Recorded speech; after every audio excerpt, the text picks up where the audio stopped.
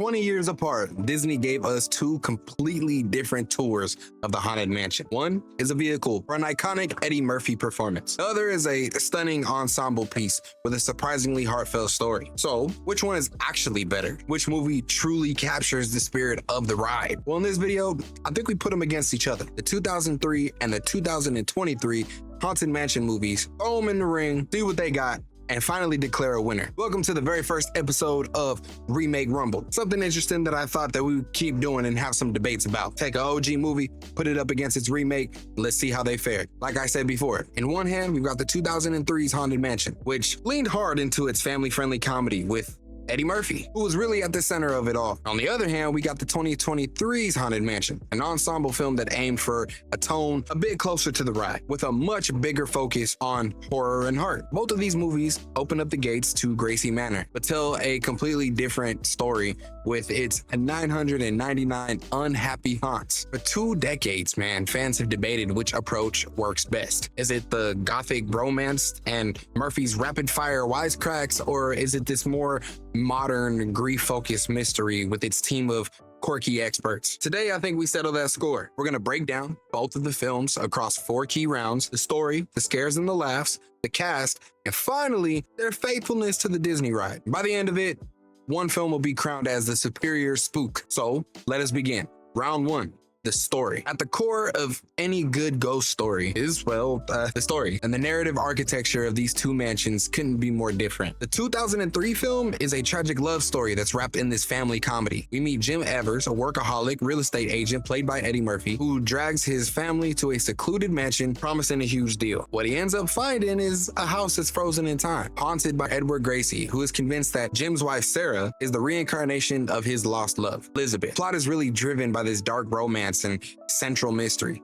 What really happened to Elizabeth? And it's revealed that the sinister butler Ramsey murdered Elizabeth to stop her from marrying Gracie because he did not approve of their wedding. And it's kind of a surprisingly dark theme for a Disney film of that era. But this does give the story some genuine emotional weight and a real sense of tragedy. The Evers family is physically trapped by a storm and has to solve the murder to escape, creating an urgent and compelling narrative. Let's fast forward to 2023. And the story shifts a bit from romance to a mystery that's centered on grief. Gabby, a single mom, and her son Travis move into the mansion for a fresh start, only to find that it's impossibly haunted. They bring together a team of paranormal pros: Ben, who's a grieving astrophysicist with a ghost detecting camera, Father Kent, who the questionable priest, Harriet, a sidekick, and a quirky history professor. Their mission altogether is to figure out why this mansion is so haunted and defeat the main villain, the Hatbox Ghost, also known as Alistair Crump. Now, this version leaps heavily into the theme of grief, especially through Lakeith Stanfield's character, Ben, who's reeling in from his wife's death. While this offers a strong emotional anchor, the plot feels a bit more predictable. The characters can come and go from the mansion, which lowers the immediate sense of danger compared to the 2003 film, where the family was trapped. They couldn't go nowhere. While the 2023 film is more focused on grief and is relatable and moving, the 2003's movie plot is arguably more intricate. The forbidden love, betrayal, and murder mystery provide a stronger, more dramatic core, I guess. Ramsley's motive is personal and is chilling, whereas the Hatbox Ghost's goal of collecting 1,000 souls feels a little more like Villain 101 and less connected to the human characters. For its more complex and emotional, urgent story, I think that the first round has to go to the OG, man. Round 2, the scares and laughs.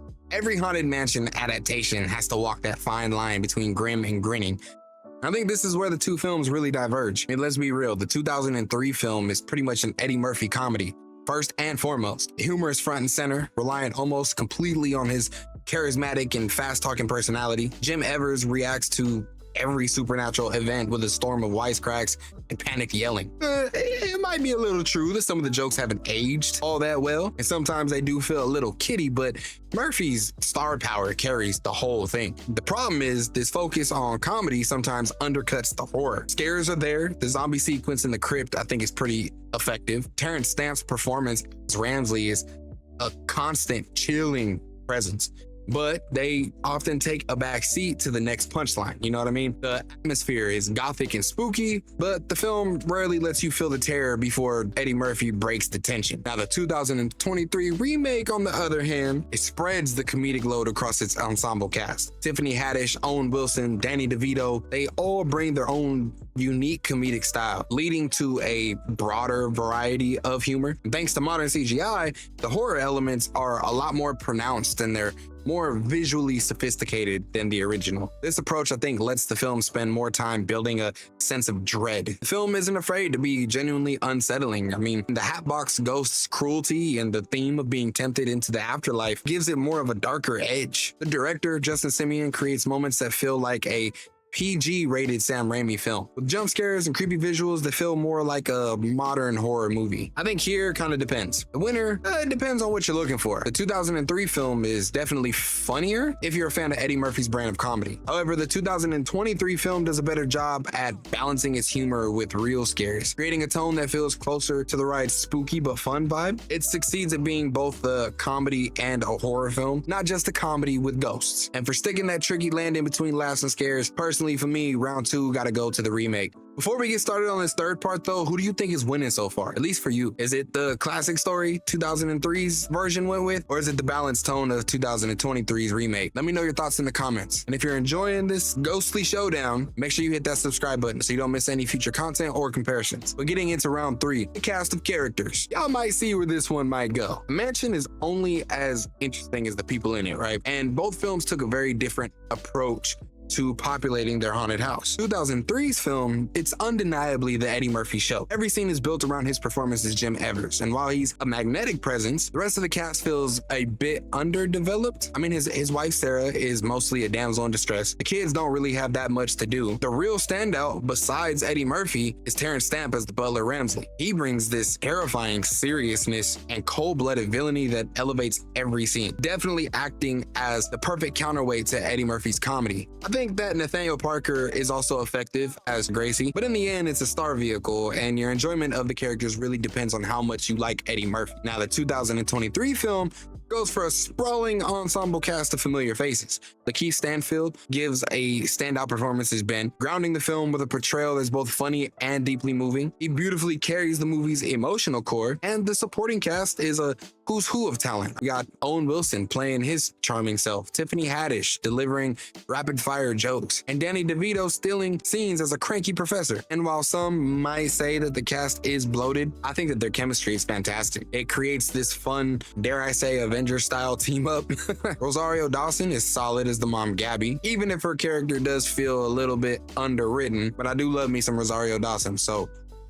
And as the villain, Jared Leto voices the CGI Hatbox Ghost, creating an intimidating, if somewhat generic, bad guy. While the 2003 film has an iconic lead and a truly memorable villain in Ramsley, the 2023 version just has a more balanced and engaging group of characters. The ensemble approach means there are more personalities for the audience to connect with, and the emotional journey of Lakeith Stanfield's character gives the film a depth the original protagonist just kind of lacks. Plus, the team dynamic is just more fun to watch. For its well-rounded and charismatic cast, I think that round three has to go to the remake. Round four, the faithfulness to the source. For many fans, the ultimate test is how well a Haunted Mansion movie captures the spirit of the beloved Disney attraction. The 2003 film takes a much looser, inspired by approach, and it includes key elements like Madame Leota and her crystal ball, the hitchhiking ghosts, and the singing busts. But many of the ride's most iconic moments are missing or completely reimagined. The stretching room, for example, is nowhere to be seen. The story, with its focus on the Evers family and the tragic romance, is mostly an original creation that uses the ride's aesthetic as a cool backdrop rather than a blueprint. The 2023 remake, on the other hand, is a full-blown love letter to the ride. The director, Justin Simien, a former Disneyland employee, and his team painstakingly recreated iconic scenes. The mansion's exterior is designed to perfectly match the view that guests see at Disneyland. We get a fully realized stretching room, the dueling portraits, and the grand ballroom filled with a bunch of waltzing ghosts. The film is absolutely packed with Easter eggs for die-hard fans. Most importantly, it elevates a fan favorite but minor ride character, the Hatbox Ghost, to the main villain, giving him a detailed backstory as Alistair Crump. I don't really think you could debate this one, man. I think it's kind of a no contest that While the 2003 film has its charms, the 2023 movie is by far the more faithful adaptation. Its dedication to recreating the ride experience from major set pieces to the tiniest details, it's incredible. It feels like it was made by fans for fans. This final and decisive round, it has to go to the remake. After 4 rounds, man, we are here at the final verdict, the superior spook, and it's time to declare our winner. The 2003 Haunted Mansion has a special nostalgic charm, an unforgettable comedic performance from Eddie Murphy, and a surprisingly dark and compelling love story. Its villain Ramsley is arguably more menacing and memorable than Alistair Crump in 2023. But when the spectral dust settles, 2023 Haunted Mansion emerges, I think, as the superior film. It wins because of its masterful balance of humor and genuine scares, its wonderfully charismatic ensemble cast that's led by a fantastic Lakeith Stanfield, and most importantly, its deep love and its faithfulness to the source material. It succeeds not just as a movie, but as an adaptation that truly brings the ride to life. While it's true that the 2003 film might have a slightly stronger central story, the 2023 version better captures the spirit of the Haunted Mansion, which in this video was our ultimate goal, right? It's a film that definitely welcomes you in, it shows you all the familiar sights, and it tells a heartfelt story about finding connection with both the living and the dead. But hey man, that's just my final verdict. What do you think? Is the 2003 classic your ride or die, or did the remake win you over? I'm gonna need you to declare your champion down in the comments below. If you enjoyed this little remake rumble that we got going on, make sure you hit that like button so we can get this video out to more people. Also, consider subscribing to the channel. This is the first of many to come, so make sure you don't miss what's in the future. Y'all make sure you stay geeked, man. I'm out of here, and y'all be smooth.